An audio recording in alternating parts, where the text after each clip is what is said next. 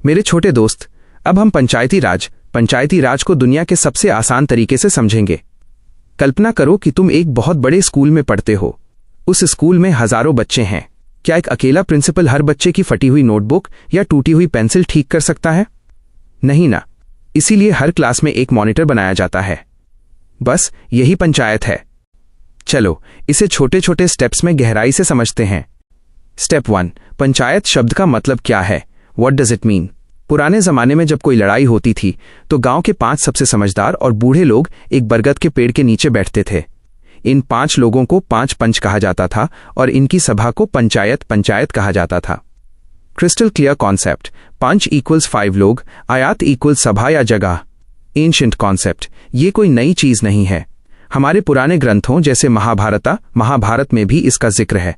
यानी भारत में हजारों सालों से लोग मिलजुल कर गांव का फैसला करते आ रहे हैं। स्टेप 2, गांधी जी का सपना, the dream of Gram Swaraj. Mahatma Gandhi कहते थे कि असली भारत दिल्ली में नहीं, गांवों में रहता है। ग्राम स्वराज माइनस उच्चारण ग्राम स्वराज, इसका मतलब है कि गांव का अपना राज हो। डिसेंट्रलाइज्ड गवर्नमेंट, विकेंद्रीकृत सरकार। मान लो तुम्हारे पास एक बड़ी चॉकलेट है। अगर तुम अकेले खाओगे तो उसे सेंट्रलाइज्ड कहेंगे, लेकिन अगर तुम उसे छोटे छोटे टुकड़ों में काटकर सब बच्चों में बांट दोगे ताकि सब अपना अपना हिस्सा मजे से खा सके तो उसे डिसेंट्रलाइज्ड कहेंगे। गांधी जी चाहते थे कि पावर ताकत दिल्ली से निकलकर हर छोटे गांव तक पहुंचे। स्टेप 3, कानून की किताब में जगह, द कॉन्स्टिट्यूशनल स्टेटस। शुरुआत में पंचायतें तो थीं, पर उनके पास ज्यादा ताकत नहीं थी।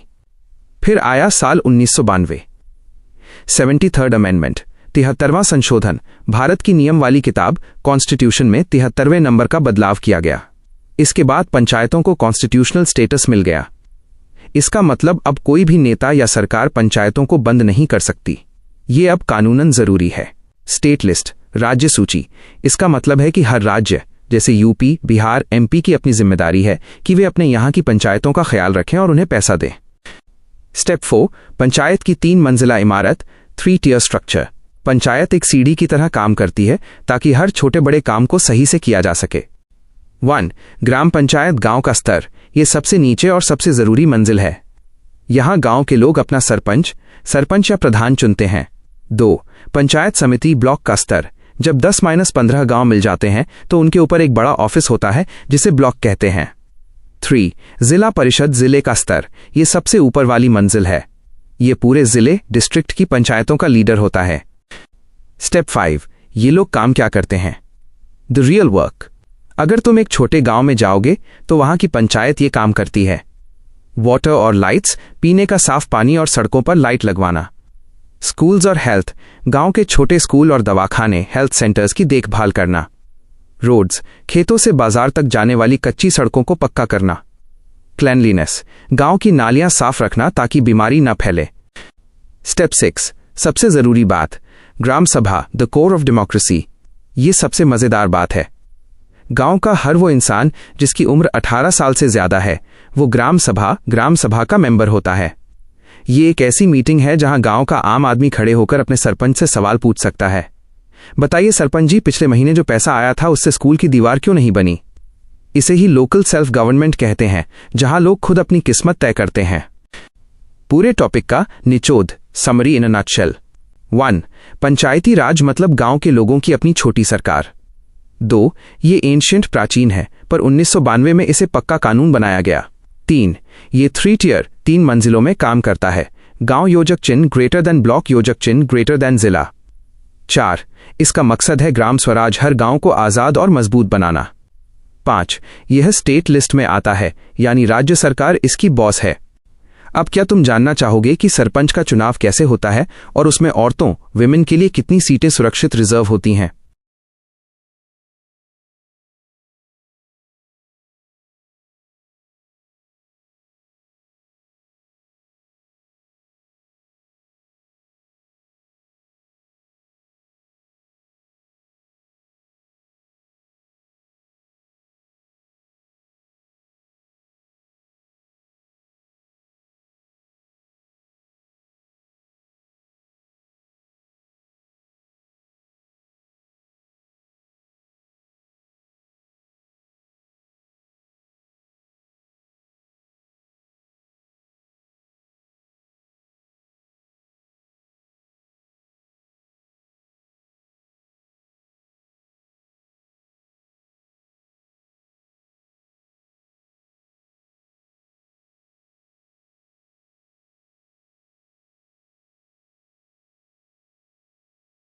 ये रहा आपका ultra compact cheat sheet.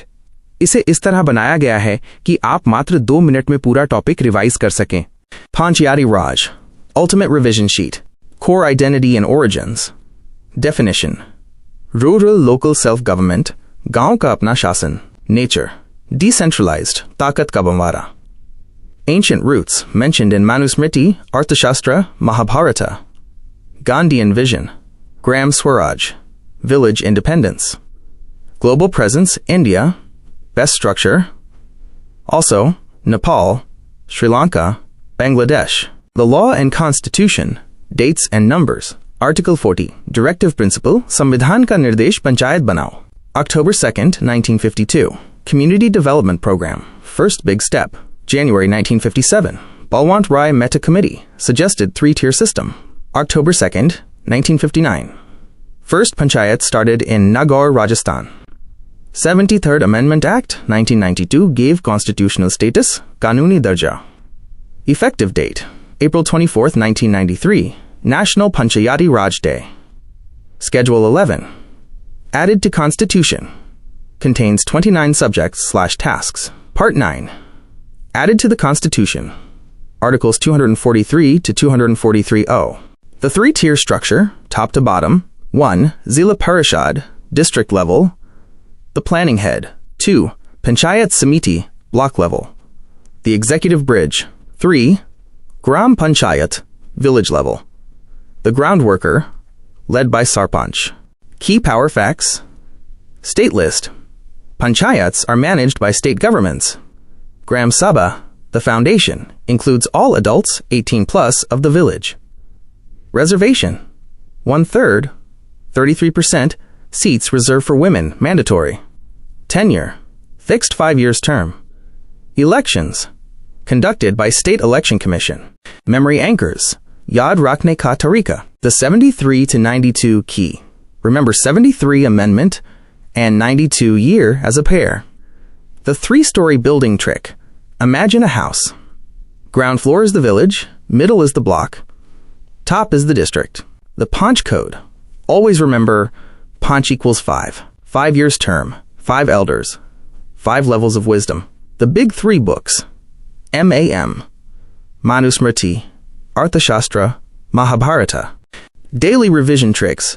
The pro routine. 1. The 24-hour rule. Read this sheet today, then exactly 24 hours later. It locks the facts in your long-term memory. 2. The blank paper test. Every morning, take a blank paper and try to draw the 3-tier pyramid and write the 73rd, 1992 date without looking. 3. The teacher method. Explain the concept of Gram Swaraj to a friend or even a mirror for 2 minutes. Teaching is the best way of learning. 4. Keyword visualization. When you hear panchayat, visualize a hand. 5 fingers equals 5 people/punch. क्या आप चाहते हैं कि मैं आपके लिए कुछ fill in the blanks वाले सवाल बनाऊं ताकि आप खुद का टेस्ट ले सकें?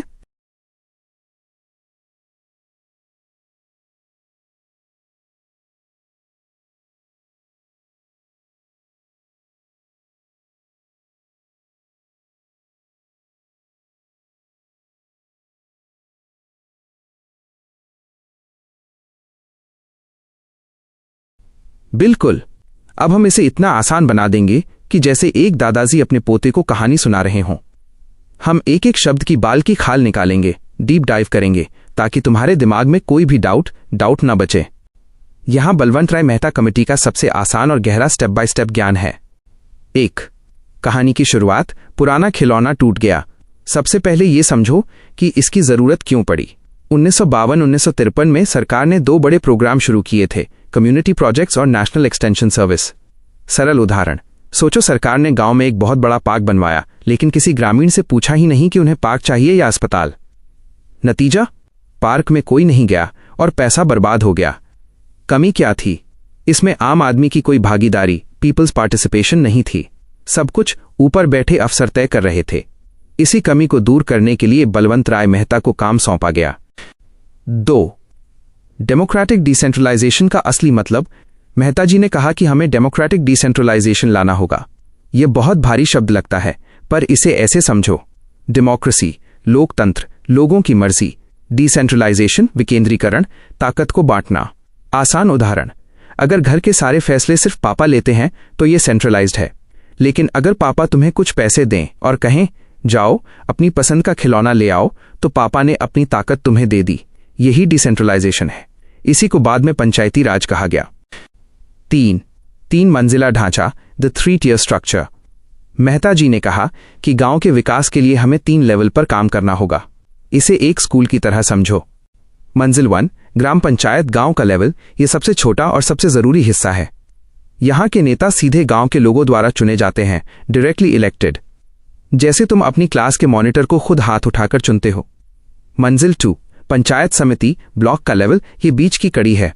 50-100 गांवों को मिलाकर एक ब्लॉक बनता है।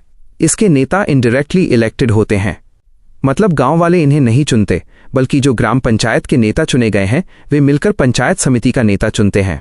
मंजिल 3, जिला परिषद, जिले का लेवल। ये सबसे बड़ा लेवल है। पूरे जिले की पंचायतें इसके अंदर आती हैं। ये भी इनडायरेक्टली इलेक्टेड होता है। 4, कौन क्या काम करेगा? Power division. मेहता जी ने बहुत बारीकी से बताया कि किसके पास क्या पावर होगी। पंचायत समिति, द रियल बॉस, इसे एग्जीक्यूटिव बॉडी कहा गया। मतलब असली काम, सड़क बनाना, स्कूल की मरम्मत, यही लेवल करेगा। सारा पैसा और जिम्मेदारी इसी के पास होगी। जिला परिषद, द टीचर, इसे एडवाइजरी और सुपरवाइजरी बॉडी कहा गया। ये काम नहीं करेगा, बल्कि सिर्फ सलाह देगा और देखेगा कि काम ठीक से हो रहा है या नहीं। कलेक्टर का रोल। मेहता जी ने कहा कि जिले का सबसे बड़ा सरकारी अफसर, कलेक्टर डीएम, इस जिला परिषद का अध्यक्ष, चेयरमैन होना चाहिए, ताकि सरकार और पंचायत मिलकर काम करें। 5, असली आजादी, पैसा और पावर, रिसोर्सेज और रिस्पॉन्सिबिलिटी। मेहता जी ने चेतावनी दी थी, अगर तुम पंचायत बना दोगे पर उन्हें पैसा नहीं दोगे तो वे कुछ नहीं कर पाएंगे। Genuine transfer. उन्होंने कहा कि पंचायतों को सच में अपनी मर्जी से काम करने की आजादी दो। रिसोर्सेज, उन्हें टैक्स वसूलने या सरकार से सीधा पैसा पाने का हक दो। फ्यूचर स्कोप, उन्होंने ये भी कहा कि आज हम जितनी पावर दे रहे हैं भविष्य में इसे और बढ़ाना चाहिए। 6, भारत का पहला पंचायत स्टार माइनस राजस्थान।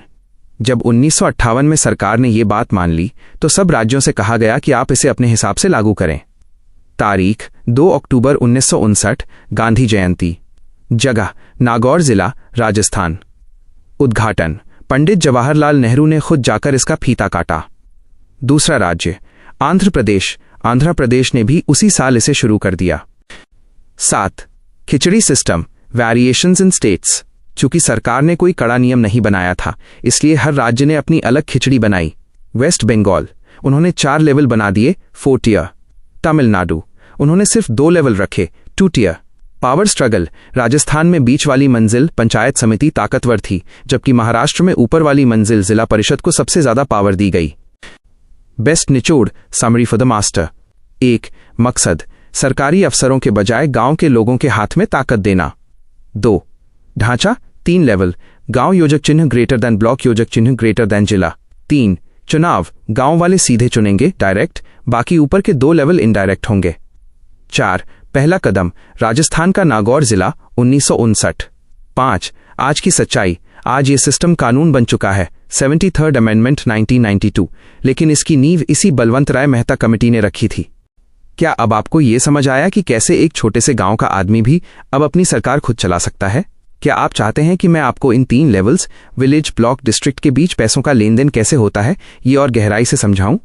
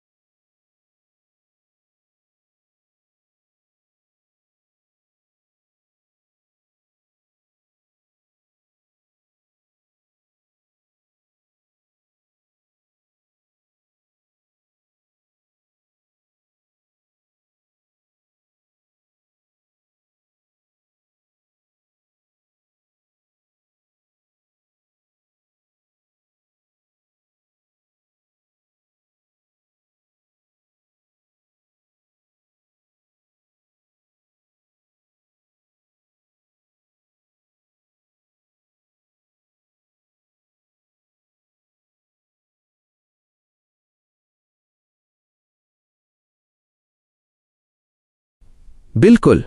अब हम इसे इतना आसान बना देंगे कि जैसे हम एक नई कहानी की किताब पढ़ रहे हों। मैं एक एक शब्द को पकड़कर उसका मतलब समझाऊंगा। तैयार हो जाओ, क्योंकि इसके बाद तुम इस टॉपिक के प्रोफेसर बन जाओगे।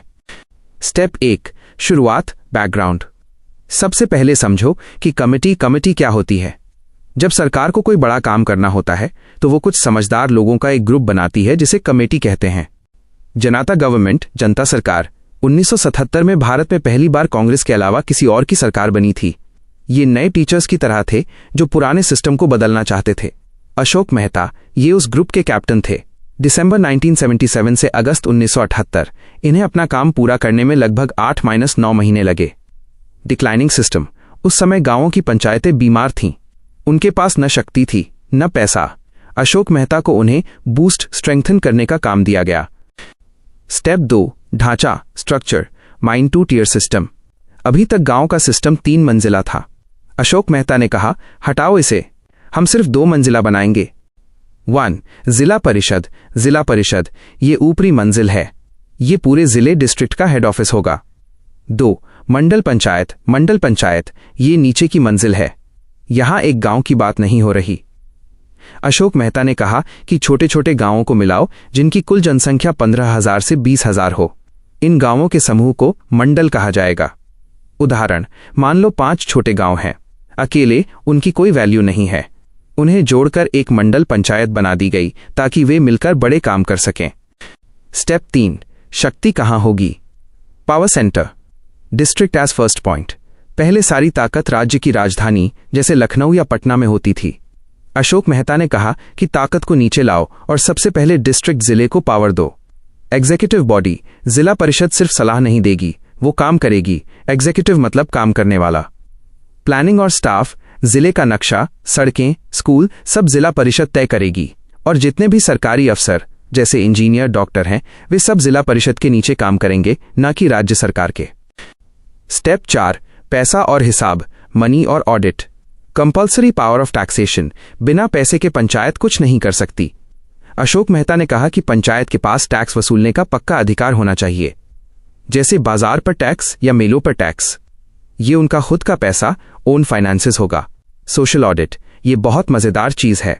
सोशल मतलब समाज, ऑडिट मतलब जांच।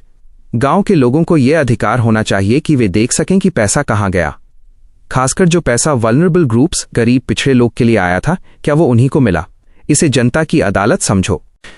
स्टेप 5, इलेक्शन और सुरक्षा, इलेक्शंस और सेफ्टी। नो सुपरसेशन, बर्खास्तगी। पहले राज्य सरकार जब चाहती थी पंचायत को भंग कर देती थी। अशोक मेहता ने कहा, ऐसे नहीं चलेगा। अगर पंचायत भंग होती है तो 6 महीने के अंदर चुनाव, री इलेक्शन कराने ही होंगे। इलेक्शन ऑफिसर्स, चुनाव कोई भी ऐरा गैरा नहीं कराएगा। राज्य का चीफ इलेक्टरल ऑफिसर, मुख्य चुनाव अधिकारी और देश का चीफ इलेक्शन कमिश्नर मिलकर चुनाव कराएंगे ताकि कोई धांधली ना हो। मिनिस्टर ऑफ पंचायती राज, राज्य की कैबिनेट में एक अलग मंत्री होना चाहिए जिसका काम सिर्फ पंचायतों की देखभाल करना हो। स्टेप 6, राजनीति और इंसाफ, पॉलिटिक्स और justice. Political parties, Ashok Mehta थोड़े आधुनिक थे। उन्होंने कहा कि चुनाव में बीजेपी, कांग्रेस जैसी पार्टियों को खुलकर भाग लेना चाहिए, ऑफिशियल पार्टिसिपेशन। इससे गांव के लोगों को बड़े लेवल की राजनीति समझ आएगी। न्याय पंचायत, उन्होंने कहा कि विकास करने वाले लोग और फैसला सुनाने वाले लोग अलग होने चाहिए। झगड़ों का निपटारा करने के लिए न्याय पंचायत हो और वहां का हेड एक असली क्वालिफाइड जज होना चाहिए। रिजर्वेशन, जिसकी जितनी संख्या उतनी उसकी सीटें। अगर किसी जगह SC ST, अनुसूचित जाति जनजाति के लोग ज्यादा हैं तो उनके लिए सीटें पक्की रिजर्व्ड होंगी। स्टेप 7, सबसे जरूरी, संविधान, कॉन्स्टिट्यूशनल रिकॉग्निशन। अशोक मेहता ने कहा कि पंचायतों को कॉन्स्टिट्यूशन, भारत की सबसे बड़ी कानून की किताब में लिख दो। जब तक ये किताब में नहीं आएगा कोई भी नेता इसे अपनी मर्जी से बदलता रहेगा। इसे संवैधानिक दर्जा देना कहते हैं। क्या हुआ अंत में? द कंक्लूजन, जब तक अशोक मेहता की रिपोर्ट पर अमल होता, जनता गवर्नमेंट गिर गई, जैसे कोई प्रोजेक्ट बीच में ही रुक जाए। लेकिन इनके आइडिया बेकार नहीं गए। वेस्ट बंगाल, कर्नाटका और आंध्र प्रदेश ने इन आइडियाज को अपनाया और वहां पंचायतें बहुत सफल हुईं। आज का सच, 2026 अपडेट। आज हमारे पास जो 73वां संविधान संशोधन 1992 है, उसमें अशोक मेहता की कई बातें शामिल हैं, जैसे SC ST आरक्षण और संवैधानिक दर्जा, लेकिन हमने 2 टियर की जगह 3 टियर को चुना। अब बताओ, क्या तुम्हें मंडल पंचायत और जिला परिषद के बीच का अंतर बिल्कुल साफ हो गया? क्या मैं तुम्हारे लिए इन 11 पॉइंट्स का एक छोटा सा चार्ट बना दूं?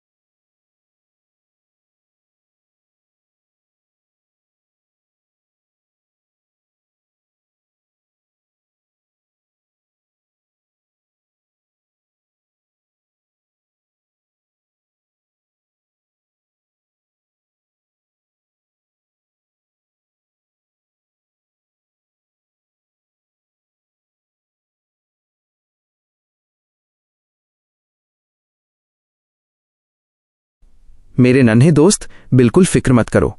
अब मैं तुम्हें दुनिया के सबसे आसान तरीके से इसे समझाऊंगा। हम इसे एक कहानी की तरह देखेंगे और एक एक शब्द को चीर फाड़ कर समझेंगे। कल्पना करो कि हमारा देश एक बहुत बड़ा बगीचा है। इस बगीचे को सुंदर बनाने के लिए 2 बड़े माली एक्सपर्ट टीचर्स आए, एक 1978 में और एक 1984 में। पहला कदम, दंतवाला कमेटी, 1978। इसका मुख्य मंत्र था, पास जाकर देखो। 1। ये क्या था? The working group. सरकार ने कुछ होशियार लोगों की एक टीम बनाई जिसका नाम रखा गया वर्किंग ग्रुप। इसका कैप्टन बनाया गया प्रोफ ML दंतवाला को। इनका काम था ये सोचना कि ब्लॉक लेवल प्लानिंग, ब्लॉक स्तर की योजना कैसे की जाए। 2। इन्होंने क्या गलती पकड़ी? रिमोटनेस, दूरी। Text says remoteness of planning agencies at the district level from the grass roots. आसान भाषा में रिमोटनेस का मतलब है बहुत दूर होना। समस्या, जो लोग योजना बना रहे थे वे डिस्ट्रिक्ट लेवल, जिले के बड़े दफ्तरों में बैठे थे। वे ग्रास रूट्स, जमीनी स्तर यानी छोटे गांवों से बहुत दूर थे। नतीजा, जब आप जमीन से दूर ऊंचे दफ्तर में बैठते हैं तो आपको ये नहीं पता चलता कि किस गांव की मिट्टी खराब है या किस बच्चे को स्कूल जाने के लिए रास्ता नहीं है। इसे ही इन्होंने मेजर वीकनेस, सबसे बड़ी कमजोरी कहा। 3। इनका समाधान क्या था? The block. Text says block level planning should be the appropriate सब स्टेट प्लानिंग लेवल। आसान भाषा में उन्होंने कहा, भाई, जिले से योजना मत बनाओ, ब्लॉक को मुख्य सेंटर बनाओ। ब्लॉक क्या होता है? एक ब्लॉक में लगभग 100 छोटे छोटे गांव आते हैं। यह इतना छोटा होता है कि अफसर हर गांव जाकर देख सकें। फायदा, प्रॉपर अप्रिशिएशन। जब अफसर ब्लॉक में बैठकर योजना बनाएगा तो वो लोगों की जरूरतों को अप्रिशिएट, अच्छे से समझना और उनकी कद्र करना कर पाएगा। दूसरा कदम, हनुमंथा राव कमेटी, 1984। इसका मुख्य मंत्र था दोस्ती और टीम वर्क। अब 1984 आया। हनुमंथा राव जी ने कहा कि सिर्फ पास जाने से काम नहीं चलेगा, लोगों को अपना दोस्त बनाना होगा। इसे उन्होंने कहा पीपल्स पार्टिसिपेशन, लोगों की भागीदारी। उन्होंने 4 बहुत जरूरी बातें, फैक्टर्स बताई कि हमें लोगों को साथ क्यों लेना चाहिए। ए, लोगों की जरूरतें समझना, to take note of needs. मतलब, मान लो सरकार को लगता है कि गांव में पार्क चाहिए, लेकिन गांव वालों को पता है कि उन्हें अस्पताल चाहिए। जब लोग पार्टिसिपेट शामिल होंगे तभी तो वे अपनी असली जरूरत बता पाएंगे। बी, गांव के सामान का इस्तेमाल, टू मोबिलाइज लोकल रिसोर्सेज। मतलब, मोबिलाइज का मतलब है इकट्ठा करके काम में लगाना। रिसोर्सेज का मतलब है सामान, जैसे पत्थर, लकड़ी या मजबूत लोग। फायदा, अगर गांव का तालाब साफ करना है और गांव वाले खुद अपनी बाल्टी और फावड़ा लेकर आ जाएं तो बाहर से महंगी मशीनें नहीं मंगानी पड़ेंगी। सी, लड़ाई झगड़ा कम करना, to decrease the level of conflict. मतलब, कॉन्फ्लिक्ट मतलब झगड़ा। अक्सर जब सरकार जमीन लेती है या सड़क बनाती है तो लोग लड़ते हैं। समाधान, अगर सरकार पहले ही लोगों को साथ बिठाकर पूछे, भैया सड़क यहां से निकालें या वहां से, तो कोई झगड़ा ही नहीं होगा। डी, काम की रफ्तार बढ़ाना, टू इंक्रीज द स्पीड और कोऑपरेशन। मतलब, कोऑपरेशन मतलब मिलजुल कर काम करना।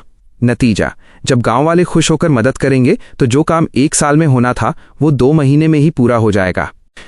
सबसे बेस्ट निचोड़, द क्रिस्टल क्लियर समरी। मेरे दोस्त, बस ये 3 बातें याद रख लो, तुम टॉपर बन जाओगे। 1, दंतवाला, 1978। इन्होंने कहा कि योजना बनाने वाले दफ्तर को लोगों के पास ब्लॉक लेवल लाओ, दूर बैठकर हुक्म मत चलाओ। 2, हनुमंथा राव, 1984। इन्होंने कहा कि सिर्फ पास आना काफी नहीं है, लोगों को काम में शामिल पार्टिसिपेशन करो, उनसे पूछो, उनका सामान इस्तेमाल करो और उनके साथ मिलकर काम तेज करो। 3. आज का सच 2026। इन्हीं की वजह से आज हमारे देश में पंचायती राज है, जहां गांव के लोग खुद अपनी सरकार चलाते हैं और अपने मोबाइल से अपनी शिकायतें सीधे सरकार तक पहुंचाते हैं।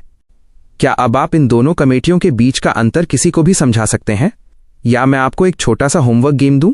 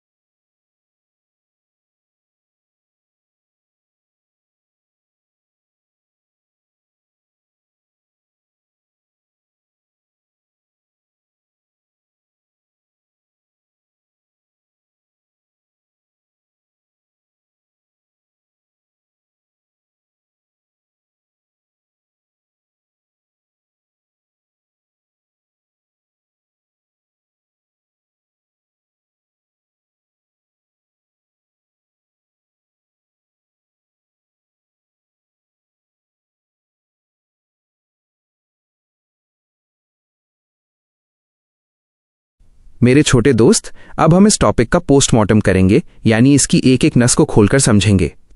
तुम बस आराम से बैठो और कल्पना करो कि हम एक कहानी सुन रहे हैं।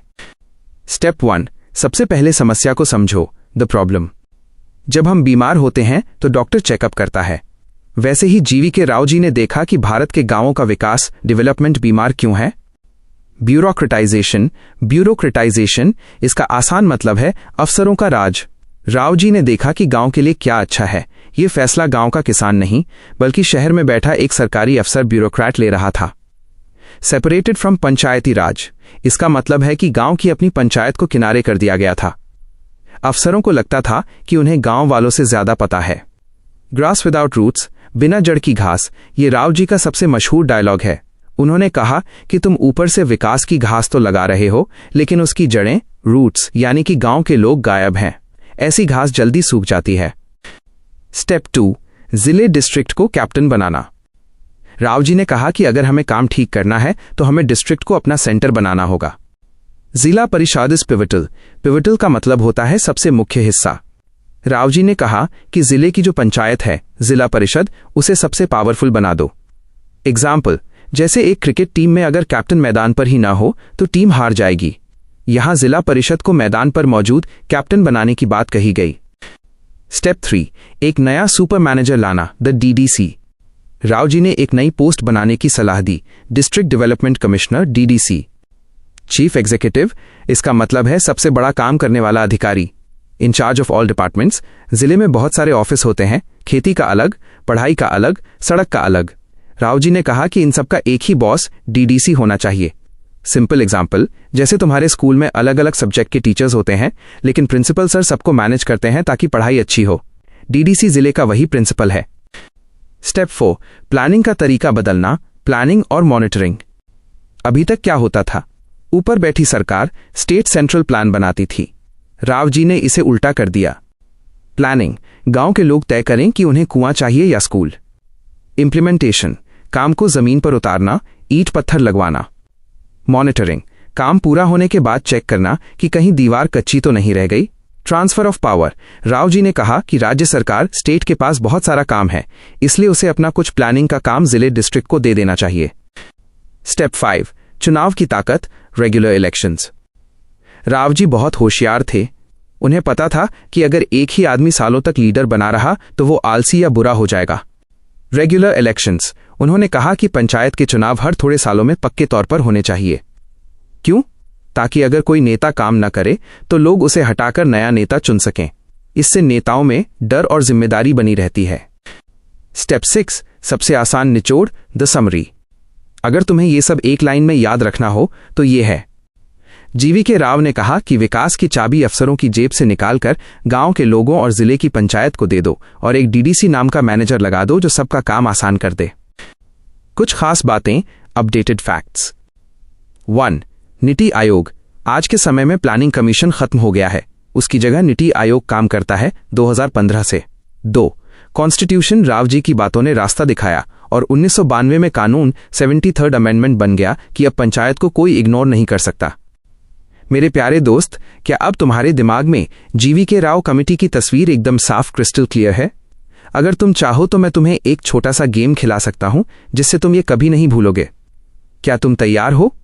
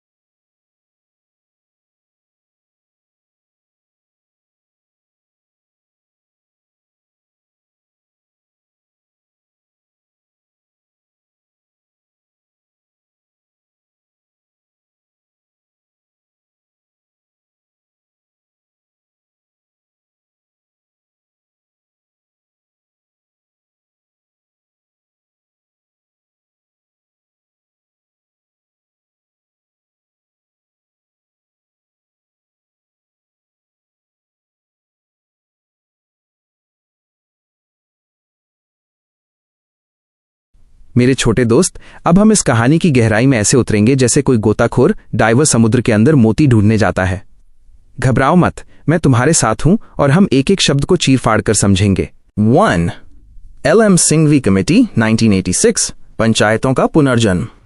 कल्पना करो एक बहुत पुराने और कमजोर पड़े हुए बरगद के पेड़ की। LM सिंघवी कमेटी वही माली थी जिसे राजीव गांधी सरकार ने 1986 में बुलाया ताकि वो उस पेड़ पंचायतों को फिर से हरा भरा कर सके। इसे रिवाइटलाइजेशन, पुनर्जीवन कहा गया। क. संविधान का सुरक्षा कवच, constitutional recognition. Text, PRI should be constitutionally recognised, protected and preserved. मतलब, पहले पंचायतें बस राज्य सरकार की मर्जी पर चलती थीं। सिंघवी साहब ने कहा, नहीं, पंचायतों को भारत की सबसे बड़ी किताब कॉन्स्टिट्यूशन संविधान में जगह दो। गहराई से समझो, जैसे तुम्हारे घर में तुम्हारी वसीयत या जन्म प्रमाण पत्र, बर्थ सर्टिफिकेट पक्का सबूत होता है, वैसे ही संविधान में नाम होने का मतलब है कि कोई भी नेता अपनी मर्जी से पंचायतों को खत्म नहीं कर सकता। उन्होंने इसके लिए संविधान में एक न्यू चैप्टर, नया अध्याय जोड़ने की मांग की। ख. चुनावों का पक्का नियम, regular and fair elections.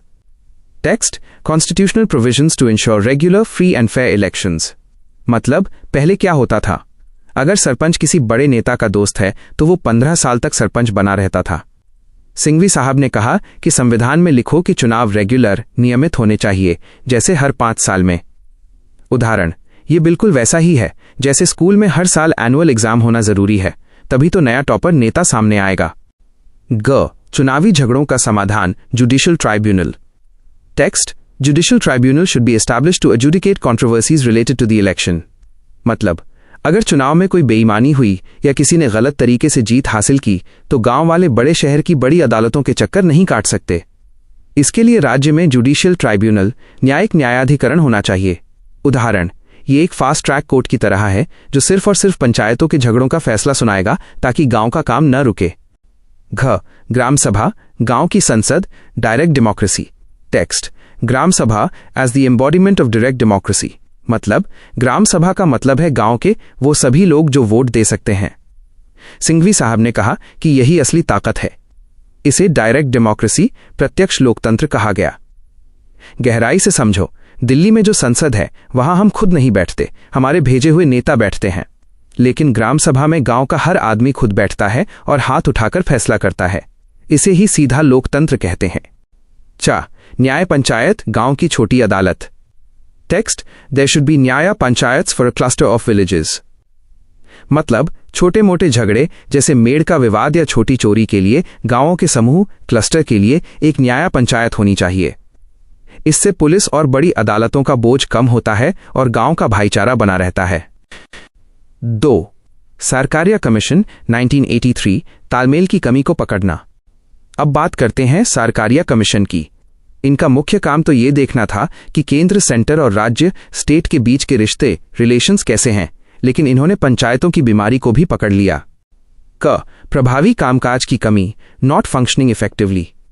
Text, local bodies are not functioning effectively.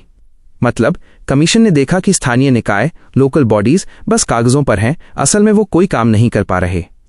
उनकी हालत एक बिना पेट्रोल वाली कार जैसी थी। चुनाव टालना, superseded elections. Text, elections to these bodies were superseded. मतलब सुपरसीडेड का मतलब है अधिकार छीन लेना।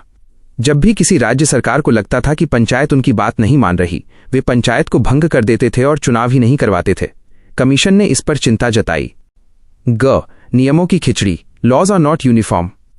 Text, Panchayati Raj laws are not uniform across the states. मतलब यूनिफॉर्म मतलब एक जैसा। तब हर राज्य का अपना अलग कानून था। किसी राज्य में पंचायत के पास बहुत पावर थी तो किसी में बिल्कुल नहीं।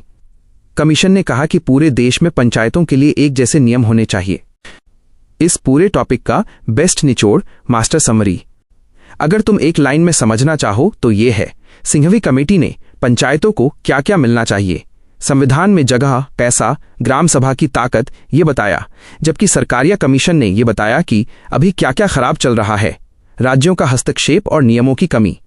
इन दोनों की रिपोर्ट ने आधार तैयार किया, जिसके बाद भारत में 73rd अमेंडमेंट एक्ट 1992 आया, जिसने पंचायतों को सच में गांव की सरकार बना दिया। क्या अब तुम जानना चाहोगे कि इन पंचायतों को चलाने के लिए पैसा कहां से आता है, या फिर हम न्याय पंचायत के बारे में और गहराई से बात करें?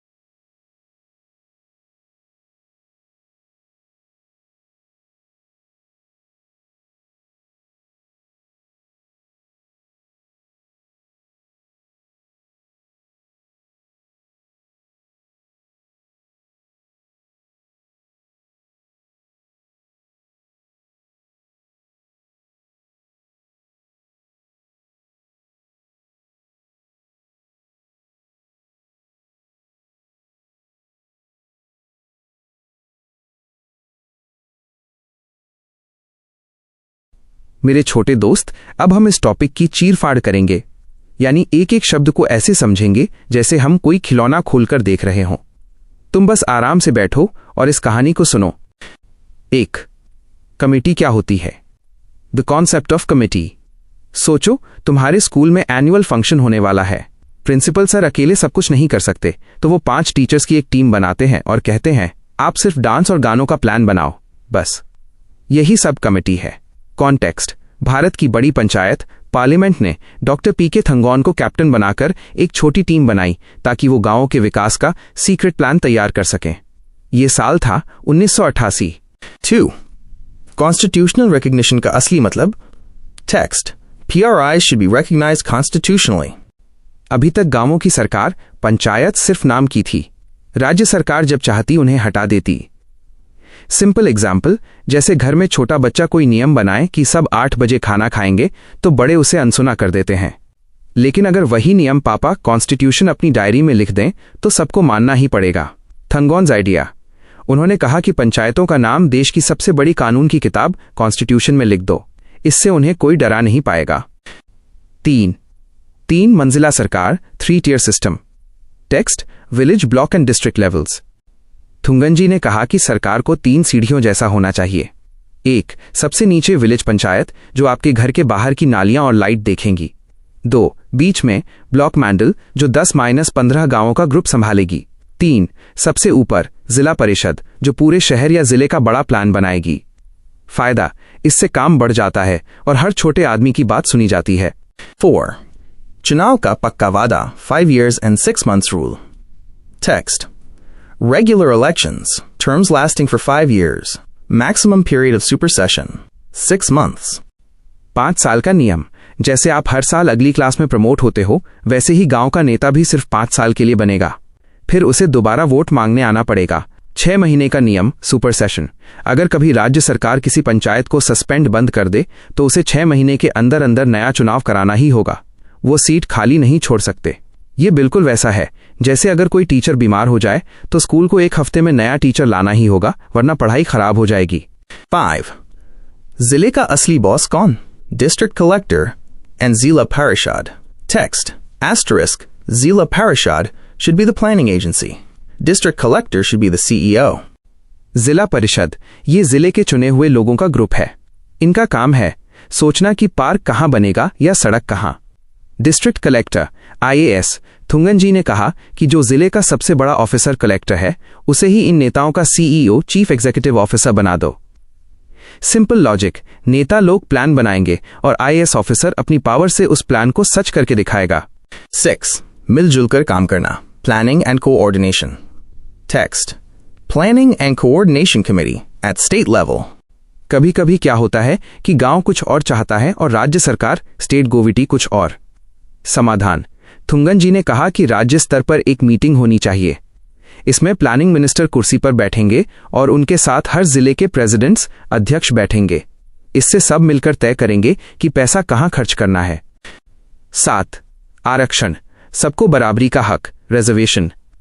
Text: reservation should be on the basis of population and women. Population basis, जिस जाति के जितने लोग उतनी उनकी सीटें, ताकि कोई पीछे न छूटे। विमेन, महिलाएं, पहले औरतों को घर से बाहर निकलने नहीं दिया जाता था। थुंगन जी ने कहा, नहीं, औरतों के लिए सीटें फिक्स करो। इससे आज हमारे गांवों में महिला सरपंच, वीमेन सरपंच दिखती हैं। 8. पैसों की तिजोरी, State Finance Commission. Text: In each state there should be the State Finance Commission. अगर मैं तुम्हें कहूं कि जाओ बाजार से दूध ले आओ लेकिन तुम्हें पैसे ना दूं तो क्या तुम ला पाओगे? नहीं। फाइनेंस कमीशन ये एक टीम है जो हिसाब लगाती है कि राज्य सरकार की तिजोरी में से कितना पैसा गांवों को देना है। डिवोल्यूशन, इसका मतलब है ऊपर से नीचे पैसा ट्रांसफर करना, ताकि गांव वाले खुद अपने स्कूल की मरम्मत करवा सकें। बेस्ट निचोड़, the master summary. Thungon committee का पूरा मकसद बस 3 बातों पर टिका था। 1. परमानेंस, पंचायत को संविधान का हिस्सा बनाओ ताकि उसे कोई खत्म न कर सके। 2. पावर, उन्हें खुद फैसला लेने की ताकत दो, प्लानिंग। 3. पैसा, उनके लिए अलग से बजट और पैसों का इंतजाम करवाओ। क्या अब आप इन पॉइंट्स को अपने शब्दों में सुना सकते हैं या मैं किसी खास पॉइंट को और ज्यादा गहराई से समझाऊं?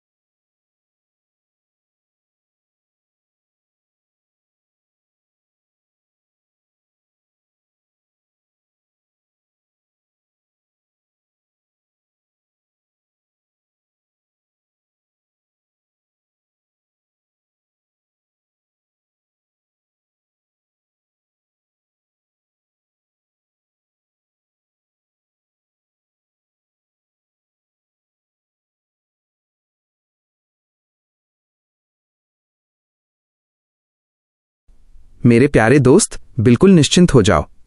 अब हम इस टॉपिक को ऐसे समझेंगे जैसे हम कोई बहुत ही मजेदार खेल खेल रहे हों। मैं तुम्हें एक एक शब्द का पोस्टमार्टम करके समझाऊंगा ताकि तुम्हारे दिमाग में कोई भी डाउट, संदेह न रहे। भाग 1, गाडगिल कमेटी 1988 - योजना बनाने वाले उस्ताद। सबसे पहले समझो कमेटी क्या होती है। जब सरकार को कोई बहुत बड़ा काम करना होता है तो वो कुछ बुद्धिमान लोगों का एक ग्रुप बनाती है जिसे कमेटी कहते हैं। VN गाडगिल, VN गाडगिल इसके लीडर थे। इस कमेटी का एक भारी भरकम नाम था committee on policy and programs, नीति एवं कार्यक्रम समिति। इसका मकसद क्या था? तुम्हारी किताब में लिखा है how best the PRIs could be made effective. इसका सरल मतलब है गांव की पंचायत को हम इतना ताकतवर कैसे बनाएं कि वो अपने पैरों पर खड़ी हो सके। भाग 2, गाडगिल की जादुई सिफारिशें, रिकमेंडेशंस। गाडगिल जी ने 8 ऐसी बातें कहीं जिन्होंने पंचायतों की किस्मत बदल दी। आइए एक एक लाइन को गहराई से समझते हैं। 1. कॉन्स्टिट्यूशनल स्टेटस, संवैधानिक दर्जा, पहले पंचायतें सिर्फ सलाह देने के लिए थीं। गाडगिल ने कहा, इन्हें कॉन्स्टिट्यूशन, संविधान में जगह दो। संविधान हमारे देश की सबसे ऊंची किताब है। इसमें नाम होने का मतलब है कि अब कोई भी सरकार पंचायतों को अपनी मर्जी से खत्म नहीं कर सकती। ये उन्हें परमानेंट पावर देने जैसा था। 2. 3 टियर सिस्टम, 3 स्तर वाला ढांचा। उन्होंने कहा कि शक्ति को 3 हिस्सों में बांटो ताकि काम आसान हो। गांव स्तर, ग्राम पंचायत, सबसे नीचे जो सीधा लोगों से जुड़ा हो। ब्लॉक स्तर, पंचायत समिति, बीच का पुल जो कई गांवों को जोड़े। जिला स्तर, जिला परिषद, सबसे ऊपर जो पूरे जिले की देखरेख करे।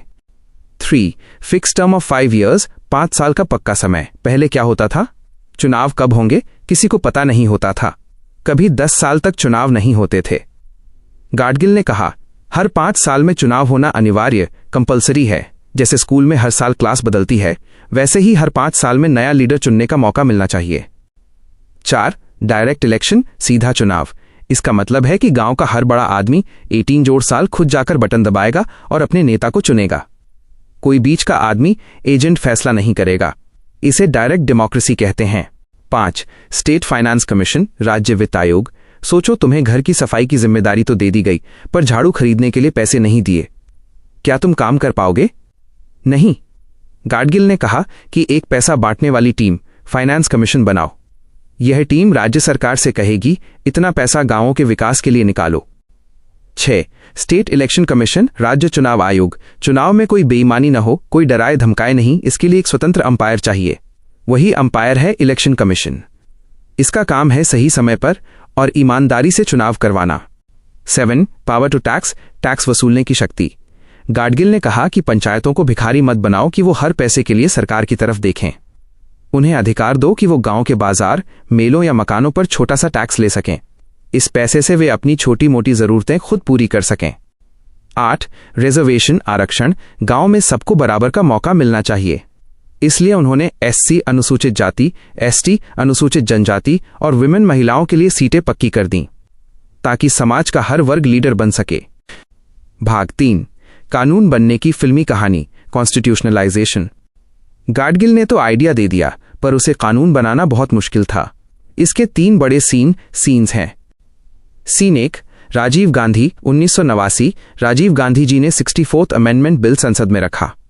लोकसभा, जहां ज्यादा सदस्य होते हैं, ने हां कह दिया, लेकिन राज्यसभा, ऊपरी सदन ने ना कर दिया। बिल फेल हो गया। Scene 2, VP Singh, 1990। अगले प्रधानमंत्री आए वीपी सिंह। उन्होंने फिर से कोशिश की, लेकिन उनकी सरकार ही गिर गई। माइनॉरिटी गवर्नमेंट थी। जब सरकार गिरती है तो उनके द्वारा लाए गए अधूरे बिल भी लैप्स खत्म हो जाते हैं। Scene 3, PV Narasimha Rao, 1991 climax. अंत में नरसिम्हा राव जी की सरकार आई। उन्होंने सितंबर 1991 में नया बिल पेश किया। इस बार यह बिल दोनों सदनों से पास हो गया। नतीजा, यह बिल बन गया 73rd कॉन्स्टिट्यूशनल अमेंडमेंट एक्ट 1992। तारीख, ये कानून 24 अप्रैल 1993 को पूरे देश में लागू हो गया। सबसे सरल निचोड़, द मास्टर समरी। अगर तुमसे कोई पूछे कि ये सब क्या था, तो बस एक बात कहना, गाडगिल कमेटी वो बीज, सीड थी जिससे 73वां संविधान संशोधन, 73rd अमेंडमेंट नाम का एक मजबूत पेड़ उगा। आज हमारे गांवों में जो सरपंच, प्रधान और पंचायतें काम कर रही हैं, वे इसी कानून की वजह से हैं। क्या अब आपको डायरेक्ट इलेक्शन और फाइनेंस कमीशन के बीच का फर्क पूरी तरह समझ आ गया है, या मैं किसी और उदाहरण से समझाऊं?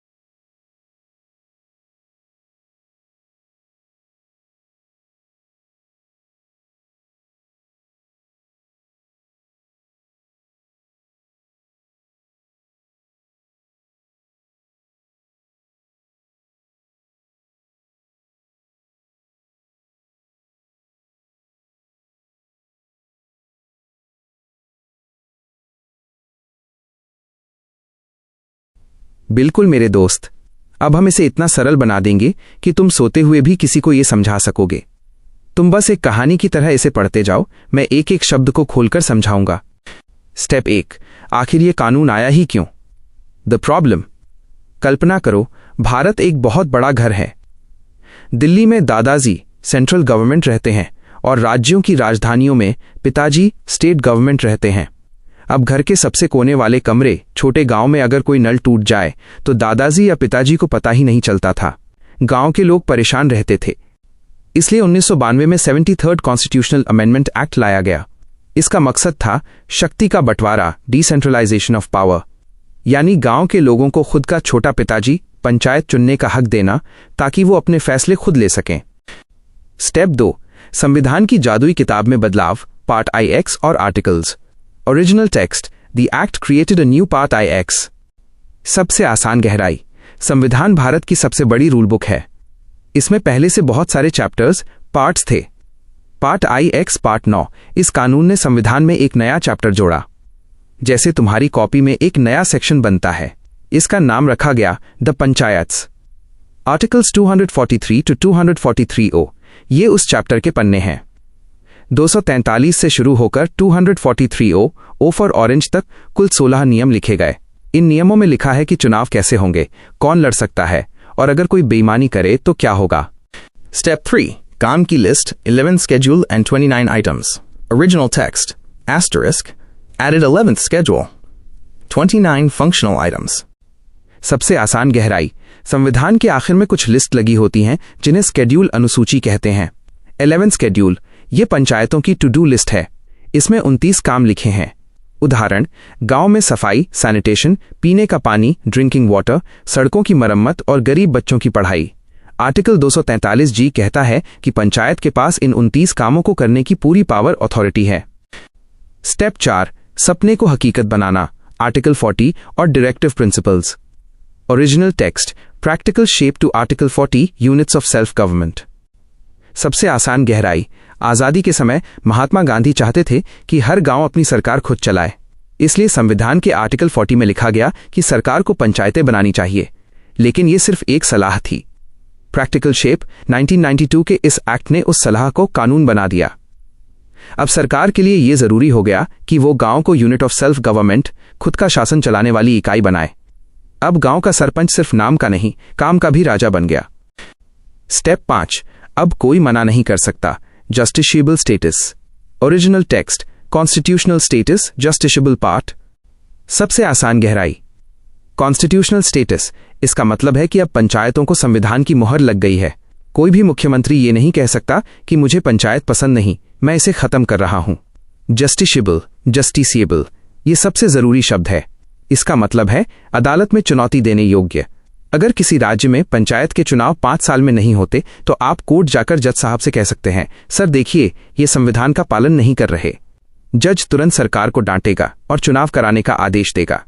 Step 6, 2 तरह के नियम, compulsory versus voluntary. Original text, grouped into compulsory provisions and voluntary arrangements. सबसे आसान गहराई, सरकार ने राज्यों को थोड़ी छूट भी दी। इसे ऐसे समझो, 1, कंपल्सरी, अनिवार्य जरूरी, ये वो नियम है जो पत्थर की लकीर हैं। जैसे हर 5 साल में चुनाव, इलेक्शन और 1/3 महिलाओं विमेन रिजर्वेशन को सीट देना, इसे कोई नहीं बदल सकता।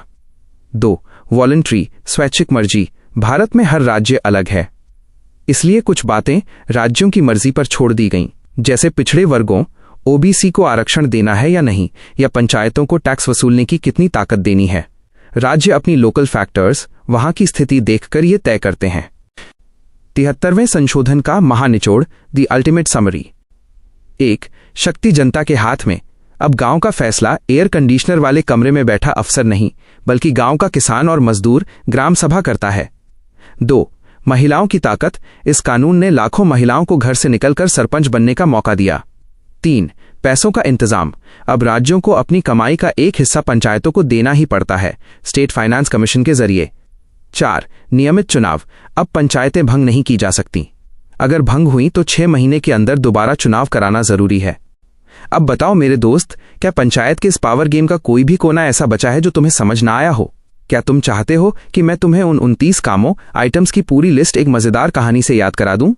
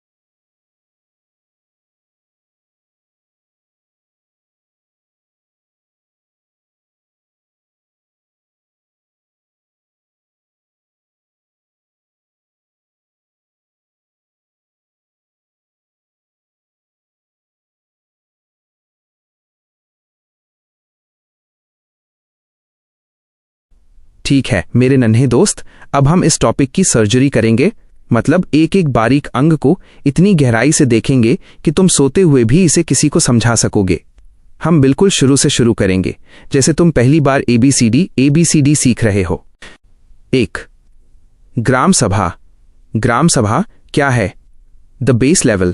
कल्पना करो एक बड़े से मैदान की, जहां गांव के सभी रजिस्टर्ड वोटर्स जिनके पास वोट डालने का अधिकार है जमा हुए हैं।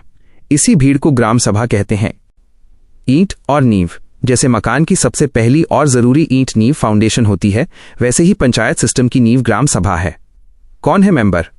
हर वो इंसान जिसका नाम गांव की वोटर लिस्ट इलेक्टोरल रोल्स में है। अगर तुम 18 साल के हो गए और तुम्हारा नाम लिस्ट में है तो तुम इसके मेंबर बन गए। असली ताकत, ये गांव की अपनी संसद है। यहां लोग हाथ उठाकर अपनी समस्या बताते हैं। राज्य की बड़ी सरकार स्टेट लेजिस्लेचर ही तय करती है कि ग्राम सभा के पास क्या क्या ताकत होगी। 2. कौन चलाता है इसे? The leaders. गांव को चलाने के लिए 2 मुख्य लोग होते हैं। सरपंच। सरपंच ये गांव का कैप्टन है। इसे गांव के लोग खुद वोट देकर चुनते हैं। यह पंचायत का अध्यक्ष प्रेसिडेंट होता है। सेक्रेटरी सचिव ये बहुत खास है। इसे लोग नहीं चुनते, इसकी परीक्षा होती है और सरकार इसे नौकरी पर रखती है, अपॉइंटेड बाय गवर्नमेंट। क्यों? ताकि वो नजर रख सके कि सरपंच कोई गलत काम तो नहीं कर रहा। वो मीटिंग की बातें डायरी में लिखता है और पैसों का हिसाब रखता है। सचिव ग्राम सभा और ग्राम पंचायत दोनों का एक ही होता है। 3. मीटिंग के नियम, रूल्स ऑफ द गेम। अगर मीटिंग नहीं होगी तो काम कैसे होगा? इसलिए कानून 73rd अमेंडमेंट ने बहुत सख्त नियम बनाए हैं। साल में 2 बार, साल में कम से कम 2 बार मिलना ही पड़ेगा। अगर सरपंच बहाने बनाता है और मीटिंग नहीं करता तो उससे उसकी कुर्सी छीनी जा सकती है। Post will be declared vacant. Quorum -1/10 TH। मान लो गांव में 1000 वोटर हैं। अगर सिर्फ 5 लोग आए तो क्या फैसला लेना सही होगा? नहीं। इसलिए नियम है कि कम से कम 10% 110th लोग आने ही चाहिए। यानी 1000 में से 100 लोग आएंगे तभी मीटिंग शुरू होगी। कोई नहीं बदल सकता फैसला। अगर ग्राम सभा ने कह दिया कि इस साल हम सड़क बनाएंगे तो कोई भी बड़ा अफसर इसे अपनी मर्जी से रद्द अनुल नहीं कर सकता। फैसला बदलने की ताकत सिर्फ खुद ग्राम सभा के पास है। 4. मीटिंग में होता क्या है? फंक्शंस। मीटिंग में सिर्फ चाय बिस्कुट नहीं चलते, वहां ये 4 बड़े काम होते हैं। 1. बजट। कितना पैसा आया और कितना सड़क, स्कूल या पानी पर खर्च करना है। 2. प्रोग्रेस रिपोर्ट, तरक्की की रिपोर्ट। पिछले साल क्या क्या काम पूरा हुआ उसका हिसाब देना। 3. Audit report, audit. ये देखना कि सरकारी पैसा सही जगह लगा या सरपंच ने चोरी की। 4. सजेशंस, सुझाव। गांव वाले अपनी सलाह देते हैं कि भैया हमारे मोहल्ले में नाली खराब है, उसे ठीक करो। 5. 3 मंजिला ढांचा, 3 tier सिस्टम। पूरे देश में एक जैसा सिस्टम यूनिफॉर्मिटी लाने के लिए इसे 3 लेवल में बांटा गया है। इसे तुम एक स्कूल की तरह समझो। 1. ग्राम पंचायत, गांव का स्तर। ये सबसे छोटा लेवल है, सिर्फ एक गांव या 2-3 छोटे गांवों के लिए, जैसे तुम्हारी क्लास। 2. पंचायत समिति, ब्लॉक का स्तर। जब बहुत सारे गांव मिलते हैं तो एक ब्लॉक बनता है। इसे इंटरमीडिएट लेवल भी कहते हैं, जैसे तुम्हारा पूरा स्कूल। 3. जिला परिषद, जिले का स्तर। ये सबसे बड़ा लेवल है जो पूरे जिले, डिस्ट्रिक्ट की पंचायतों का ध्यान रखता है, जैसे तुम्हारे शहर के सारे स्कूल। जरूरी बात, अगर किसी राज्य की जनसंख्या 20 लाख से कम है तो वहां बीच वाली मंजिल ब्लॉक लेवल बनाने की जरूरत नहीं होती। वो छोटे राज्य हैं तो 2 मंजिल से भी काम चल जाता है। सबसे बड़ा निचोड़, द मास्टर समरी। 1. ग्राम सभा इक्वल्स गांव के सभी वोटर, असली मालिक। 2. सरपंच इक्वल्स चुना हुआ नेता। 3. सेक्रेटरी इक्वल्स सरकारी कर्मचारी। 4. 73rd अमेंडमेंट इक्वल्स वो कानून जिसने पंचायतों को ताकत दी। 5. हायरार्की इक्वल्स गांव, ग्राम, टू ब्लॉक, ब्लॉक टू जिला, जिला। प्रो टिप, याद रखना, ग्राम सभा डायरेक्ट डेमोक्रेसी का उदाहरण है, क्योंकि यहां जनता खुद बैठकर फैसला लेती है, जबकि दिल्ली या राज्य की सरकार में हम सिर्फ नेता चुनकर भेजते हैं। क्या अब आपको ये क्रिस्टल क्लियर है? या मैं आपको एक छोटा सा गांव का उदाहरण, एग्जाम्पल सिनारियो देकर समझाऊं कि एक नाली बनाने के लिए ये तीनों लेवल कैसे काम करते हैं?